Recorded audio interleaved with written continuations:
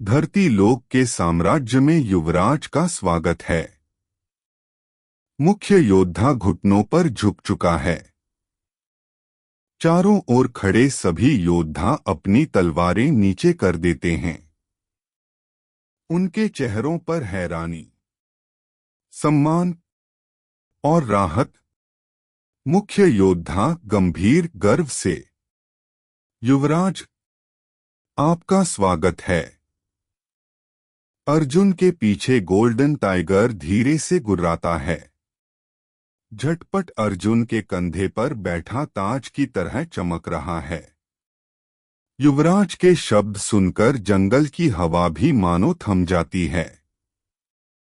मुख्य योद्धा अर्जुन के पास आता है और धीरे से बोलता है, हमारा साम्राज्य दैत्यों से घिर चुका है, महाराज। चारों दिशाओं से दैत्य सेना हमला कर रही है। गांव जल रहे हैं। लोग छुपने पर मजबूर हैं। मगर एक ही चीज हमें बचाए हुए है। अर्जुन ध्यान से सुनता है। मुख्य योद्धा अपना हाथ उठाकर आसमान की ओर इशारा करता है। घने बादलों के बीच हल्की सुनहरी रेखाएं चमकती हैं। महल के चारों ओर एक अदृश्य लेकिन दैवीय शक्ति से बना सुरक्षा वृत्त सक्रिय है। मुख्य योद्धा, यह सुरक्षा कवच प्राचीन काल में आपके पूर्वजों ने बनाया था। हमारे साम्राज्य के महानतम बुजुर्ग योद्धाओं की देन। इसी कवच के कारण दैत्य सेना महल की सीमा पार नहीं कर पाती। वह आगे कहता है, यह कवच सिर्फ शक्ति से नहीं टूटता, यह मन के इरादे को पढ़ता है। महल में वही प्रवेश कर सकता है जिसका मन साफ हो और उद्देश्य सच्चा। अर्जुन चकित होकर कवच की चमक देखता है। एक लोटस उसकी आत्मा के भीतर हल्की सी गर्मी पैदा करती है।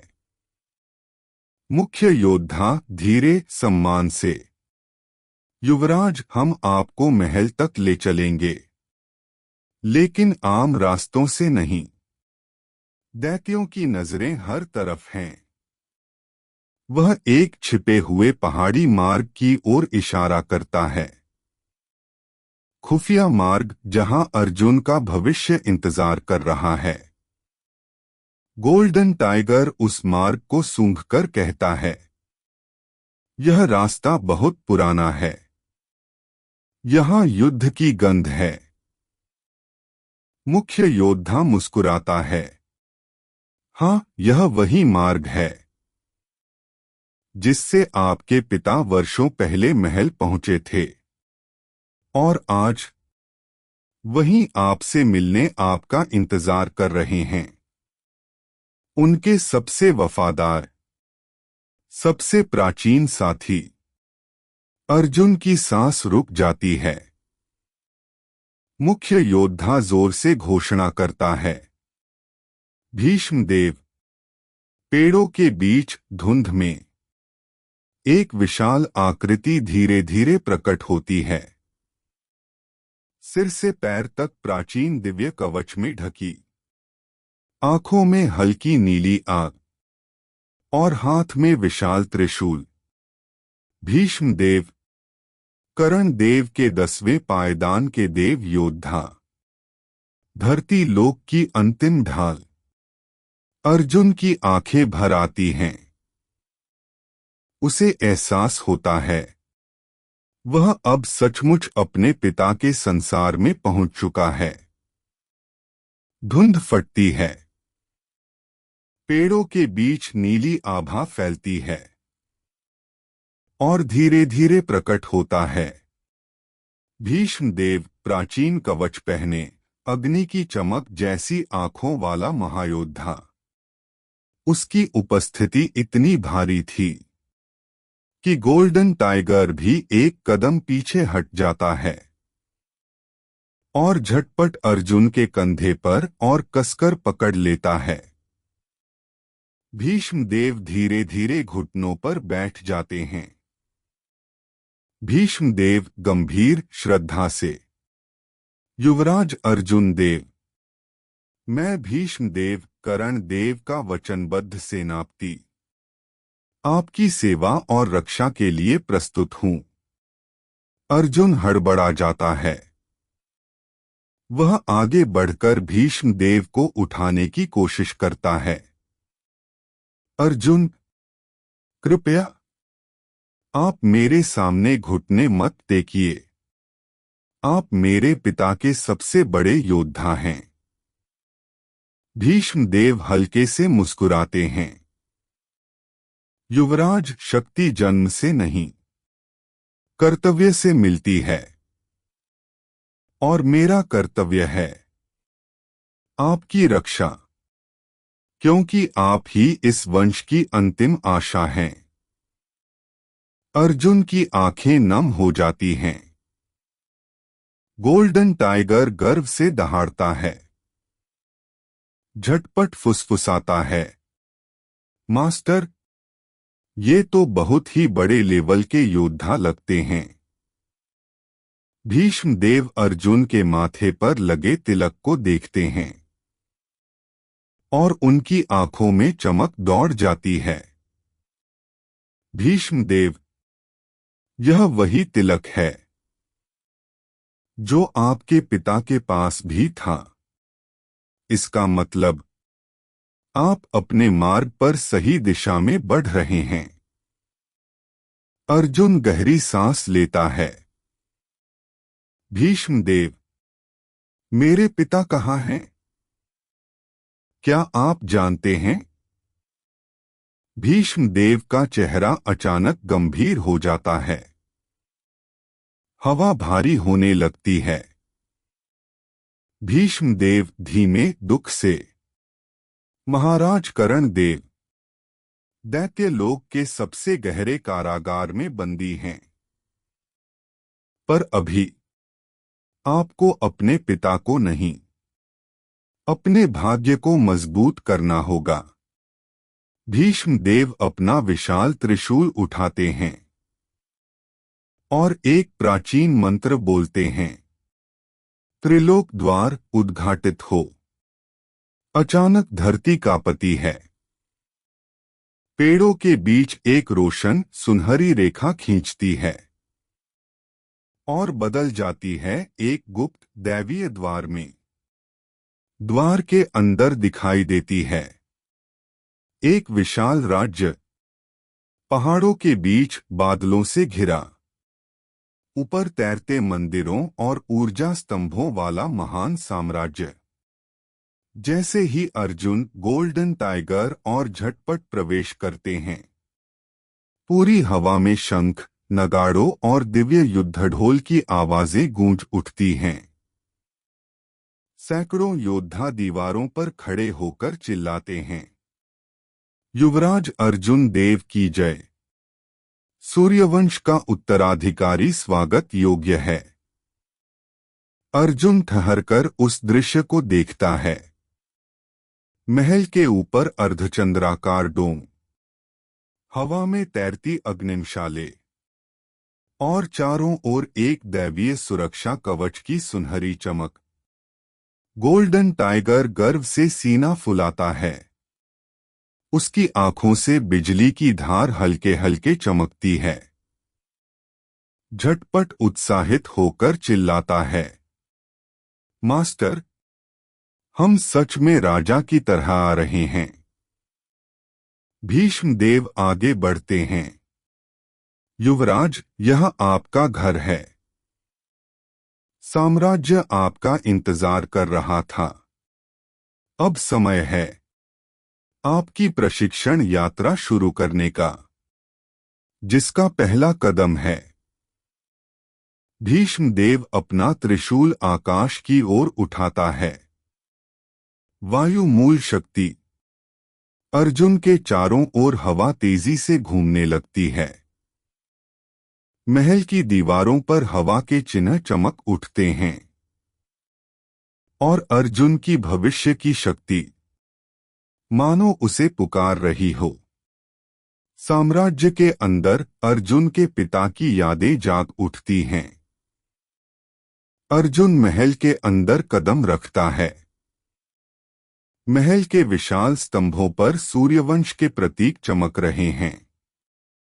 3 अग्नि रेखाएं और स्वर्ण चक्र। हॉल में कदम रखते ही हल्की हवा का एक झोंका अर्जुन के गाल को छूता है। अगले ही पल कर्ण देव की स्मृतियां जाग उठती हैं। दीवारों पर उकेरी हुई चित्रकथाएं जीवित होने लगती हैं। स्वर्ण प्रकाश में बदलकर पुरानी यादों के दृश्य दिखाती हैं। कर्ण देव की छवि जीवंत स्मृतियों में। पहला दृश्य उभरता है। कर्ण देव युवा और शक्तिशाली, अपने सूर्य कवच में चमकते हुए उसी हॉल में खड़े हैं जहां अर्जुन खड़ा है। वह सैनिकों का उत्साह बढ़ा रहे हैं, हंस रहे हैं, शस्त्रों का अभ्यास करवा रहे हैं। फिर अगला दृश्य, कर्ण देव अपने छोटे बेटे को हवा में उठाते हैं। हंसते हुए कहते हैं, कर्ण देव स्मृति, एक दिन यह साम्राज्य तुम्हारी गूंज से गर्व करेगा अर्जुन। अर्जुन की आंखें भर आती हैं। गोल्डन टाइगर अपनी नाक अर्जुन के हाथ से छुआता है। गोल्डन टाइगर, तुम्हारे पिता सचमुच महान राजा थे। झटपट अपनी आंखें साफ करता है। झटपट, मैंने कभी सोचा नहीं था कि मास्टर के पिता इतने हीरो लेवल के होंगे। अर्जुन दीवार को छूकर धीरे से कहता है, पिताश्री, मैं आपकी राह पर चल रहा हूं। भीष्म देव दूर से सब देख रहे हैं। उनकी आंखों में गर्व और दुख दोनों हैं। भीष्म देव अर्जुन को हॉल के अंत में स्थित एक विशाल सुनहरी चट्टान जैसे द्वार के सामने ले जाते हैं। द्वार पर सूर्यवंशी लिपियों में चमकते शब्द खुदे हुए हैं। केवल सूर्यवंश का सच्चा उत्तराधिकारी इस द्वार को खोल सकता है। भीष्म देव अर्जुन की ओर मुड़ते हैं।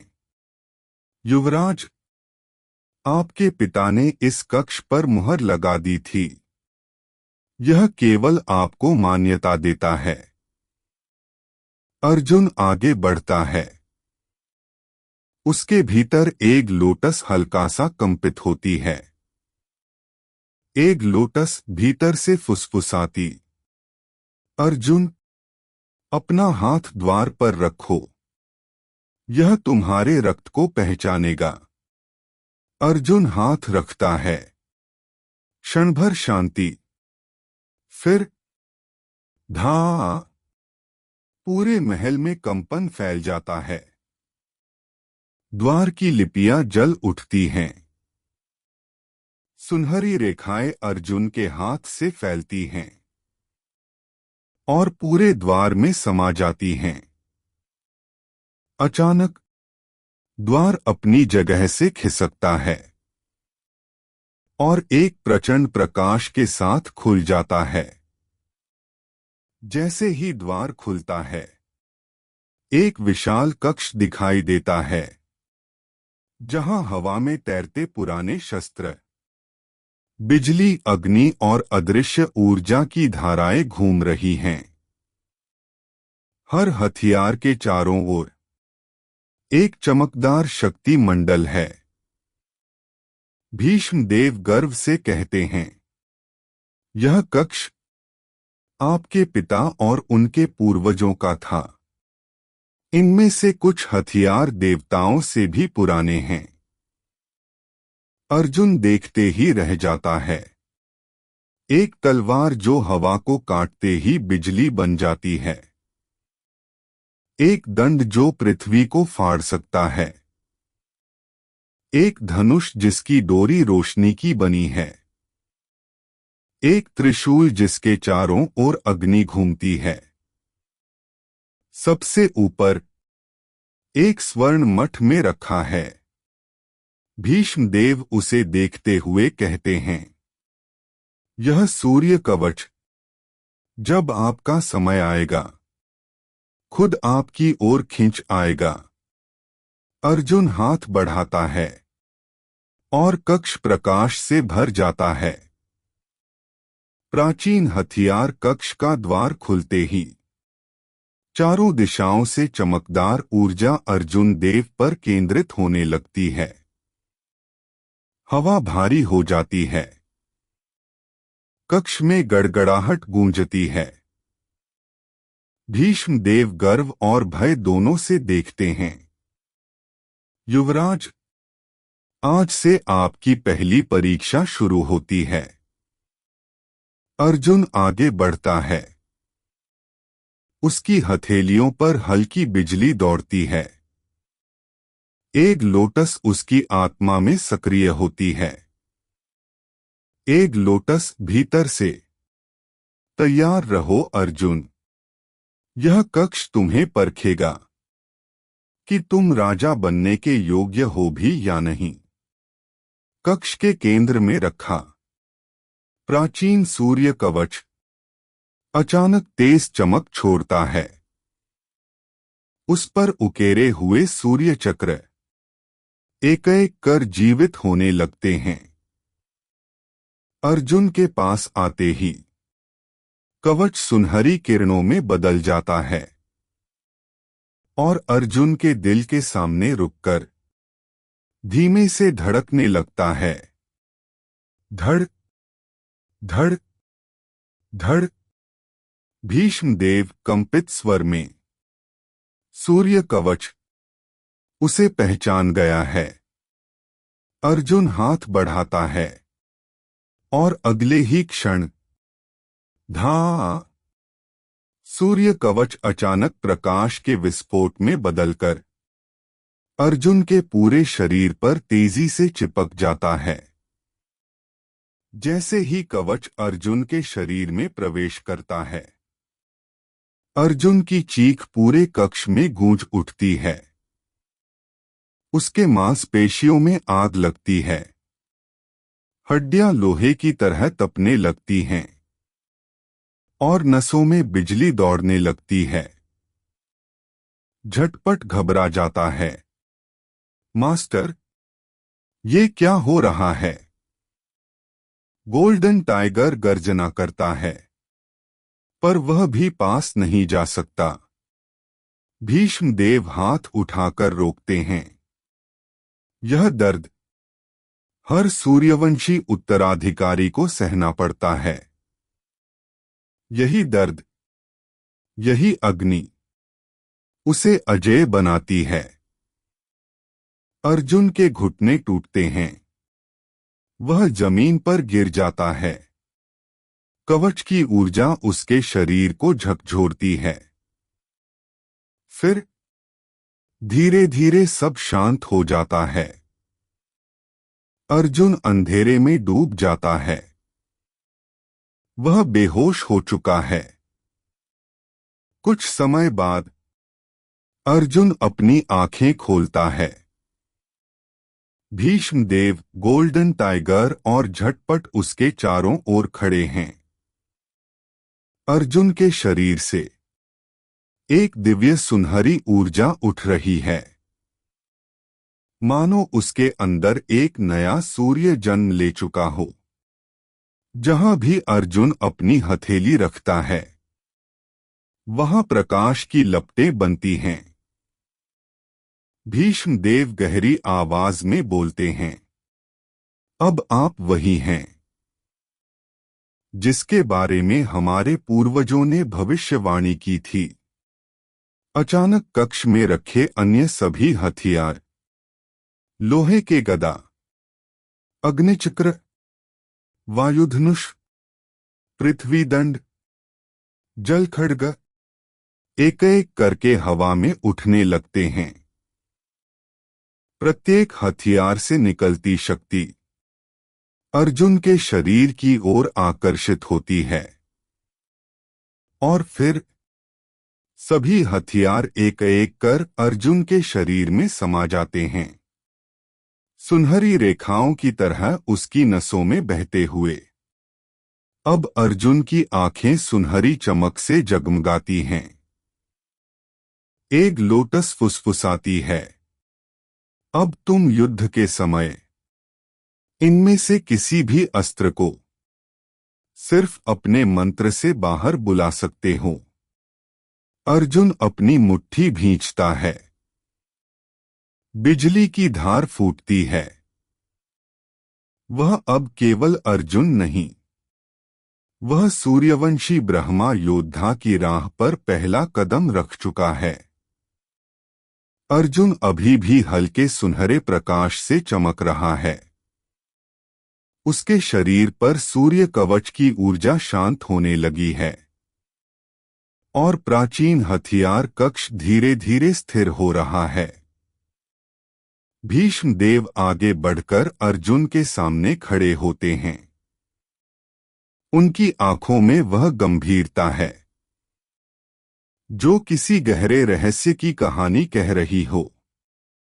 उन्होंने अपनी भारी आवाज में कहा, भीष्म देव, युवराज अर्जुन देव, अब आपको एक और परीक्षा का सामना करना होगा। धरती लोक की सबसे कठिन परीक्षा, दिव्य प्रतियोगिता। अर्जुन सीधे उनकी आंखों में देखता है। अर्जुन, दिव्य प्रतियोगिता, वह क्या है? भीष्म देव एक लंबी सांस लेते हैं, मानो सदियों पुरानी कथा याद कर रहे हों। भीष्म देव, बरसों नहीं, सदियों से धरती लोक में एक प्रतियोगिता आयोजित होती आ रही है।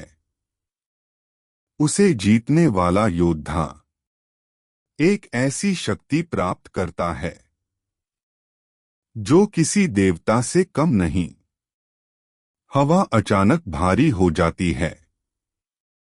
भीष्म देव, परंतु आज तक कोई भी, एक भी योद्धा उस शक्ति को पाने में सफल नहीं हुआ। झटपट की आंखें फैल जाती हैं। झटपट मतलब आज तक कोई भी नहीं जीता। क्यों? प्रतियोगिता में क्या होता है? भीष्म देव गंभीर स्वर में आगे बढ़ते हैं। अर्जुन देव, भीष्म देव से प्रतियोगिता कहाँ होती है?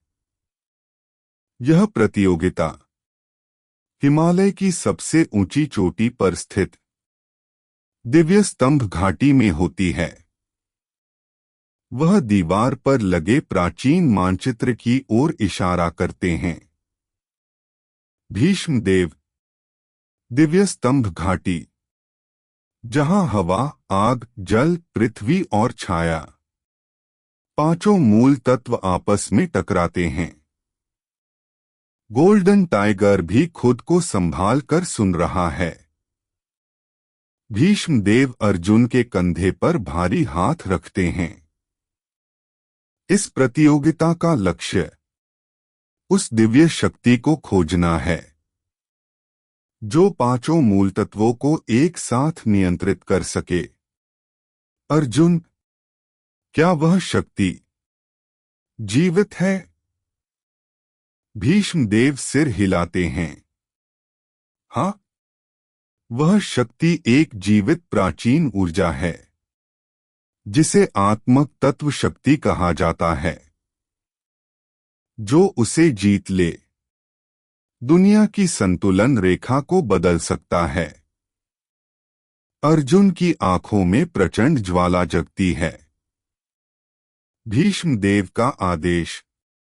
भीष्म देव गहरी आवाज में बोलते हैं, युवराज, आपको इस प्रतियोगिता में भाग लेना ही होगा, क्योंकि आप सूर्यवंशी वंश के उत्तराधिकारी हैं। वह आगे झुकते हैं।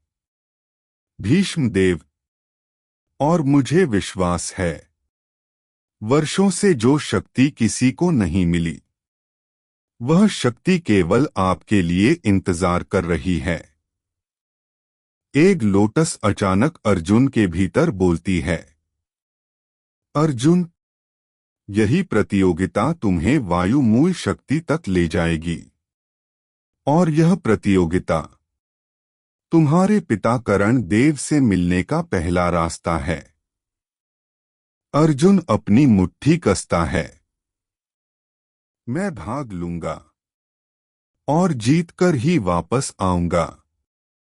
भीष्मदेव गर्व से मुस्कुराते हैं।